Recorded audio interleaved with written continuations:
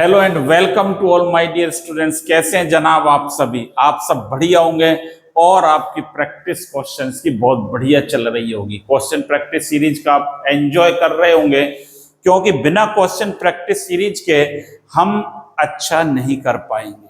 इसलिए हमें अच्छा करना है, इसलिए क्वेश्चंस की प्रैक्टिस हमें डेली करनी है और नोट्स भी बनाने हैं साथ के साथ, जिससे हम क्वेश्चंस को रिवाइज भी कर सकें। जब आपकी क्वेश्चन प्रैक्टिस बढ़िया होगी तो कॉन्फिडेंस लेवल भी आपका क्या होगा, बढ़ता जाता है। तो इसलिए क्वेश्चन प्रैक्टिस को आपको छोड़ना नहीं है। चैप्टर वाइज हर लेवल के क्वेश्चंस की हम बात करेंगे जो आपको आपकी मंजिल तक पहुंचाएगा, और क्वेश्चन प्रैक्टिस आप मेरे साथ लगातार करते रहेंगे तो लास्ट तक आपका वो कॉन्फिडेंस बिल्डअप होगा जो आपको आपकी मंजिल तक लेकर जाएगा। यहां पर देखिए, चलिए आज हम बात करते हैं। उससे पहले 5 इंपॉर्टेंट पॉइंट्स की भाई हर बार मैं बात करता हूं, 5 इंपॉर्टेंट पॉइंट्स को मैं जरूरी है पढ़ना। जो बच्चे पहली बार जुड़े हैं चैनल से उनके लिए जरूरी हो जाता है 5 पॉइंट्स की ओर ध्यान देना। वॉच लेक्चर्स डेली, डेली हम क्लास को देखें, मेक नोट्स और डोंट फॉलो मैनी बुक्स। बहुत सारी बुक्स को फॉलो करने की हमें आवश्यकता नहीं है, कंफ्यूजन होता है हमें।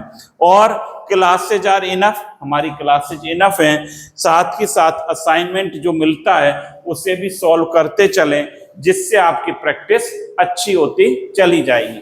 चलिए अब आगे बात करते हैं। देखिए क्वेश्चन नंबर 77 है, क्या कहता है, निम्न में से कौन से मिश्रण को, निम्न में से कौन से मिश्रण को प्रभाजी आसवन द्वारा शुद्ध घटकों में पृथक किया जाता है। प्रभाजी आसवन मतलब फ्रैक्शनल डिस्टिलेशन। क्या कहता है, which one of the following mixture can be separated into pure component by fractional distillation.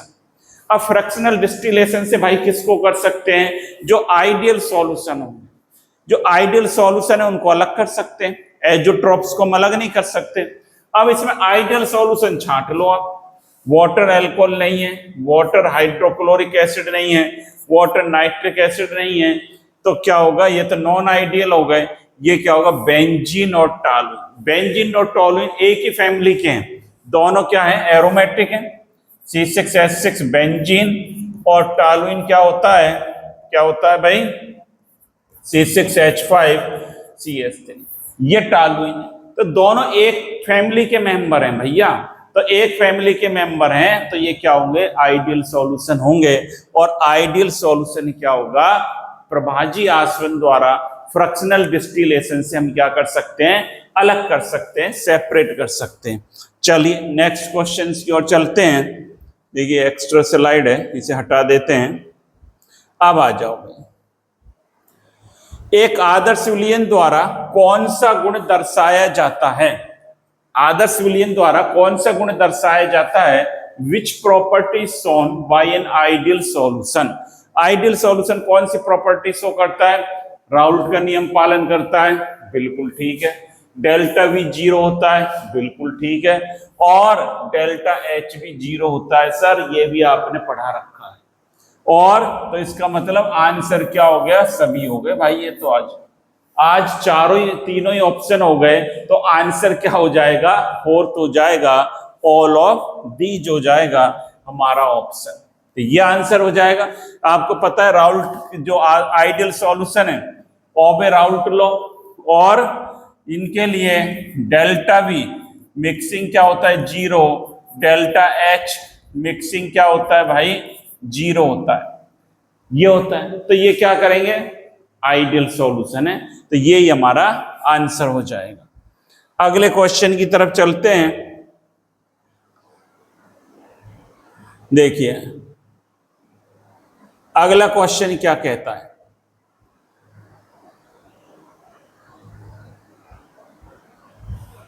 जब दो द्रवों A और B को मिलाया जाता है, दो द्रव हैं भाई A और B, इनको मिलाया जाता है, तो विलयन का क्वथनांक दोनों के पृथक क्वथनांक से अधिक हो जाता है।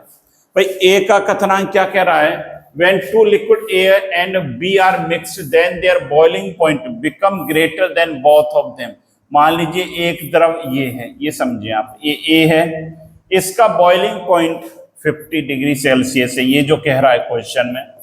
दूसरा जो सॉल्यूशन है मैं बी मान लेता हूं, इसका जो मान लीजिए 60 डिग्री है, इसका बॉइलिंग पॉइंट, इनको मिला दिया ए और बी को, ये सॉल्यूशन बन गया। तीसरा क्या बन गया, सी, इसका boiling point become greater than both of them, that means इसका जो बॉइलिंग पॉइंट होगा, इसका बॉइलिंग पॉइंट कितना होगा, 75 होगा, मतलब ग्रेटर देन 60 होगा। 60 से ऊपर कुछ भी हो सकता है, इन दोनों से ज्यादा है। What is the nature of this solution, जब आपको पता है, आपको पढ़ा रखा है, बॉइलिंग पॉइंट क्या आ जाए, ज्यादा आ जाए, दैट मीन्स बॉइलिंग पॉइंट ज्यादा आने का मतलब वेपर प्रेशर क्या हो गया, कम हो गया। ये रिलेशन आपको पता है, क्या रिलेशन है, vapour pressure inversely proportional 1 upon boiling point, ये। और वेपर बॉइलिंग पॉइंट ज्यादा तो वेपर प्रेशर भाई क्या होगा, कम हो जाएगा। बॉइलिंग पॉइंट कम हो, ज्यादा होते ही वेपर प्रेशर क्या हो जाएगा, कम हो जाएगा। और वेपर प्रेशर कम हो गया तो क्या हो गया, ये कौन सा डेविएशन हो गया, अनदर सॉल्यूशन का, नॉन आइडियल का नेगेटिव डेविएशन हो गया। मतलब बॉइलिंग वेपर प्रेशर हमारा कम आ रहा है, वेपर प्रेशर कम आ रहा है तो नेगेटिव डेविएशन हो गया, ऋणात्मक विचलन हो गया जब वेपर प्रेशर कम आता है। तो इसमें देख लीजिए, ऋणात्मक आदर्श नहीं है, धनात्मक विचलन नहीं है, ये होगा ऋणात्मक विचलन के साथ अनादर्श विलयन, negative deviation with non ideal solution, और ये हमारा उत्तर इसका हो जाएगा। बिल्कुल ठीक है। अब अगले क्वेश्चन की तरफ चलेंगे। देखो अगला क्वेश्चन क्या कहता है, एक मिश्रण में, क्वेश्चन नंबर 80 है, नोट भी करते जा रहे हैं आप सभी। एक मिश्रण में ए तथा बी घटक निम्न रूप में नेगेटिव विचलन दर्शाते हैं। भाई नेगेटिव विचलन दर्शा रहे हैं तो क्या होगा इसमें, A mixture A and B components और नेगेटिव डेविएशन, तो ये क्या कहना चाह रहा है, delta V greater than 0, delta V, delta H less than 0, delta H greater than 0, और ए बी अंतःक्रिया ए तथा ए बी बी अंतःक्रिया से दुर्बल होगी। देखो सोचिए, पढ़ा रखा है आपको, फटाफट इसको दिमाग लगाइए। हाँ भाई, किया आपने, क्या सोचा भाई इसका आंसर, सोचकर देखिए। एक मिश्रण ए तथा बी घटक निम्न में से नेगेटिव डेविएशन दर्शाते हैं। जब आइडियल सॉल्यूशन होगा 0, पॉजिटिव में क्या होता है, delta H delta V greater than 0, और नेगेटिव में क्या होता है, लेस देन 0 होता है। ये बात आपको पता है। देखिए आइडियल के लिए क्या होगा, डेल्टा एच या डेल्टा वी 0 होता है, और नॉन आइडियल, यहां लिख देता हूं, नॉन आइडियल पॉजिटिव, इसके लिए क्या होगा, delta H oblique delta V greater than 0, और नॉन आइडियल कैसा, नेगेटिव, इसके लिए क्या होगा, डेल्टा एच या डेल्टा वी लेस देन 0। तो ये देख लो, लेस देन 0 किस में है, ये नहीं होगा, ग्रेटर देन, ये भी नहीं है, ये भी नहीं है, ये सेकंड आंसर हो जाएगा, डेल्टा एच लेस देन 0। तो ये आप अपना आंसर हो जाएगा कि लेस देन 0 इससे होता है। बहुत बढ़िया, ये सब सीख रहे हैं आप बहुत बढ़िया ढंग से। अब अगले क्वेश्चन की तरफ चलें। देखिए अगला प्रश्न क्या कहता है, एक विलयन जो राउल्ट के नियम का पालन करता है वह होता है, जो राउल्ट के नियम का पालन कर रहा है भाई वो क्या होगा, आदर्श विलयन होगा। ये तो आपको पता ही है, हर बच्चा जानता है कि जो राउल्ट के नियम का पालन करे वो क्या होगा, सारी जनता जानती है, आदर्श सॉल्यूशन होगा। तो ये आइडियल हो गया, संतृप्त नहीं होगा, मोलर नहीं होगा, सामान्य नहीं होगा। आंसर क्या हो गया भैया, आदर्श विलयन हो गया। चलिए अगले क्वेश्चन की तरफ चलिए। देखिए इस प्रकार बहुत इजी ढंग से हम सारे क्वेश्चंस को सिमटा सकते हैं यदि हमने थोड़ी इनकी प्रैक्टिस कर रखी है। किस युग्म के अलावा सभी आदर्श विलयन का निर्माण करते हैं? ये कह रहे हैं भाई आदर्श कौन सा नहीं है, आइडियल कौन सा नहीं है। All form ideal solution except, कह रहे हैं कि कौन सा आइडियल नहीं है। आइडियल अभी बताया था, वो एक फैमिली के आइडियल होते हैं जो एक जैसे होते हैं। भाई ये एक फैमिली के हैं एलाइड, तो ये तो है, ये भी आइडियल है। बेंजीन टालू ये तो अभी पढ़ाई है।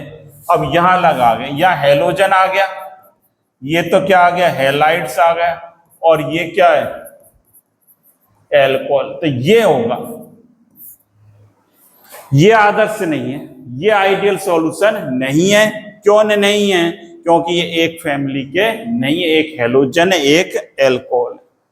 अगली, चलिए अगले क्वेश्चन की तरफ चलें।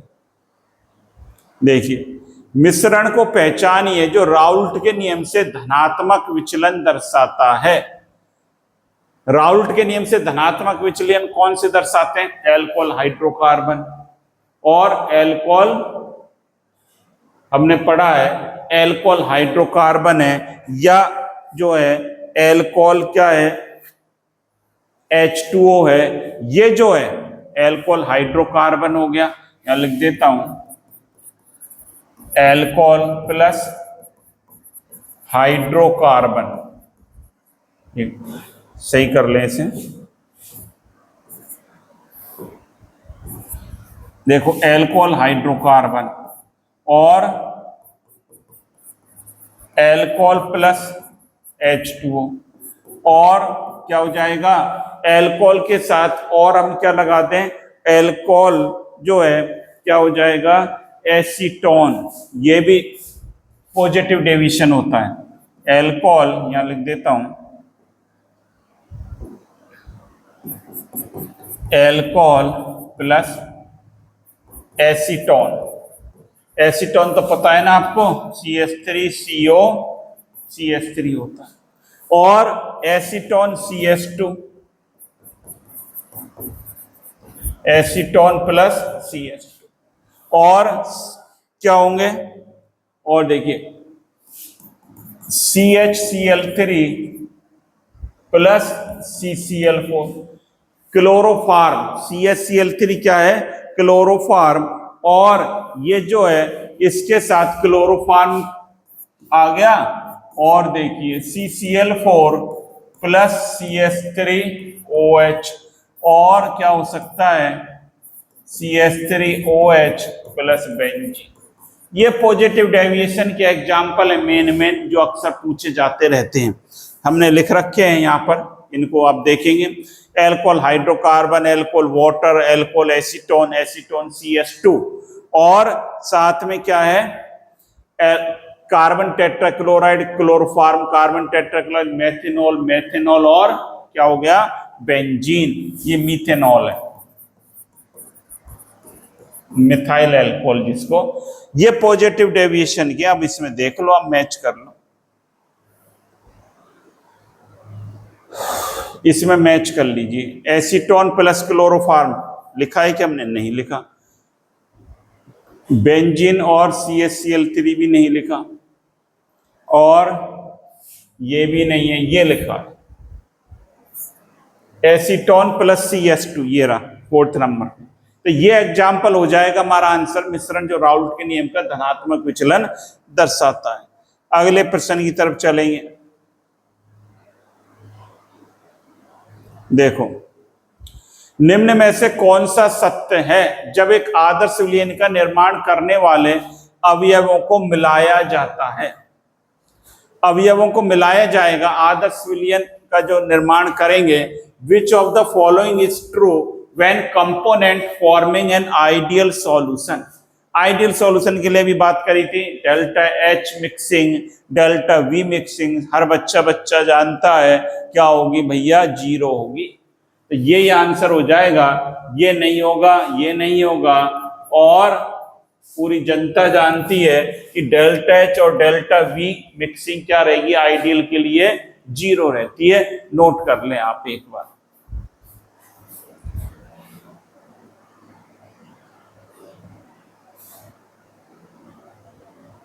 हाँ भाई, कर लिया क्या नोट? बहुत बढ़िया। अगला प्रश्न देखिए, अगला क्वेश्चन क्या कहता है, यहां पर देखिए, कौन सा गुण एक आदर्श विलयन में नहीं पाया जाता है? Which property is not found in ideal solution? कौन सी नहीं पाई जाती? ये तो इक्वल होना चाहिए, तो इसका मतलब ये आंसर नहीं है हमारा। डेल्टा एच जीरो होता है, ये भी नहीं है। डेल्टा वी जीरो होता है, ये उपरोक्त सभी हो, ऑल ऑफ। अभी पढ़ाया है आइडियल सॉल्यूशन के लिए सब क्या होते हैं? जीरो होते हैं, और राउल्ट लॉ को फॉलो अप करता है। राउल्ट का नियम ही तो है, पी ए बराबर पी नॉट ए काई ए, राउल्ट का लॉ है, इसके अकॉर्डिंग ही तो है। तो ये बराबर होना चाहिए, आइडियल के लिए इक्वल टू होना चाहिए, जबकि नॉट इक्वल कह रहा है ये, तो इसलिए ये आंसर हमारा नहीं होगा, ऑल ऑफ दीज हो जाएगा। अगले क्वेश्चन की तरफ चलिए। यह आदर्श विलयन के लिए निम्न में से कौन सा सही नहीं है? विच of the following is not correct for ideal solution? Ideal के लिए कौन सा सही नहीं है, बताओ भाई। डेल्टा एच ये तो सही है, डेल्टा वी जीरो ये भी सही है, राउल्ट के नियम का पालन करता है भाई, ये भी सही है, ये सारी जनता जानती है। और delta S is equal to zero, ये पकड़ ली। आदर्श के लिए, आइडियल के लिए क्या होता है? Delta S greater than zero होना चाहिए, पॉजिटिव वैल्यू आती है इसके लिए। जबकि इसमें क्या लिखा हुआ है? Delta S is equal to zero, तो ये आंसर होगा, यही होगा, डेल्टा एस जीरो नहीं होना चाहिए। अगले क्वेश्चन की तरफ चलते हैं, चलिए। वाष्पशील द्रवों के एक विलयन के लिए विलयन में प्रत्येक घटक का आंशिक वाष्प दाब निम्न के समानुपाती होता है। वाष्प दाब किसके समानुपाती है? वाष्पशील द्रवों के एक विलयन के लिए विलयन में प्रत्येक घटक का आंशिक वाष्प दाब किसके समानुपाती होता है? काई के समानुपाती होता है, मोल प्रवाह के होता है। पी प्रोपोर्शनल क्या होता है भाई? काई होता है, ये पढ़ रखा है। तो मोल फ्रैक्शन इसमें आंसर हो जाए, मोल प्रवाह हो जाए हमारा आंसर। अगला देखिए,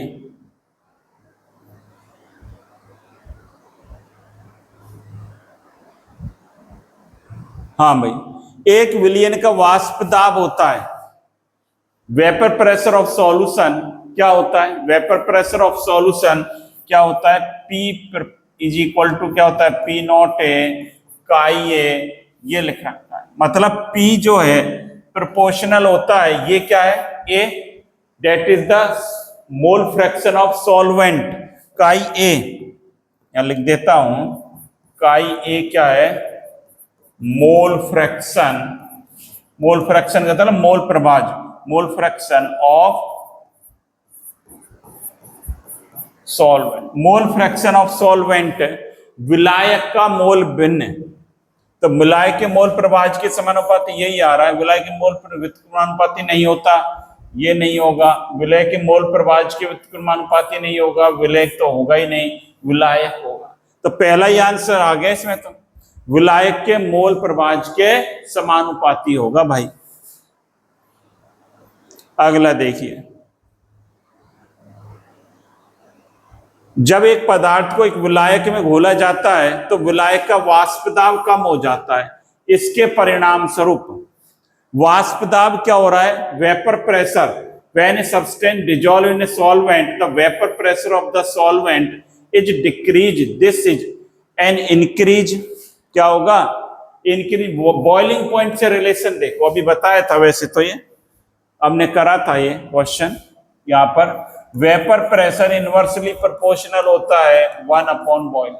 बॉइलिंग पॉइंट बढ़ेगा, वेपर प्रेशर कम होगा, ये रिलेशन है। अब ये क्या कह रहा है? वाष्प दाब कम हो रहा है, डेट मीन्स कथनांक, बॉइलिंग पॉइंट क्या? कथनांक बढ़ रहा होगा।